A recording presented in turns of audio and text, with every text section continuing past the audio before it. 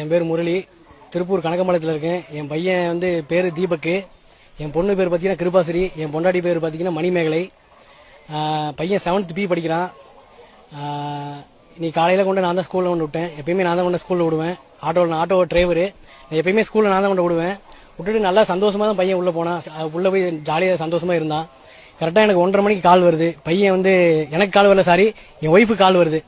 1:30 மணிக்கு உங்கள் பையன் வந்து மயக்கம் போட்டு கண்ணெல்லாம் மேலே போயிடுச்சு, மயக்கம் போட்டு கீழே விழுந்துட்டான். எப்பயுமே எனக்கு தான் கால் வரும். எந்த ஒரு பிரச்சனையாக இருந்தாலும் பையனுக்கு, எந்த ஒரு இதாக இருந்தாலும் எனக்கு தான் கால் வரும். இந்த மாதிரி உங்கள் பையனுக்கு உடம்பு சரியில்லை வந்து அழைச்சிட்டு போங்க அப்படின்ட்டு. திடீர்னு என் மனைவிக்கு கால் வருது, என்ன காரணம், அது எனக்கு ஒரு டவுட்டு.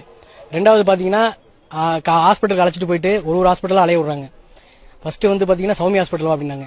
ரெண்டாவது பார்த்தீங்கன்னா சரண் ஹாஸ்பிட்டல் வாங்கினாங்க. மூணாவது GH வாங்க அப்படின்னாங்க.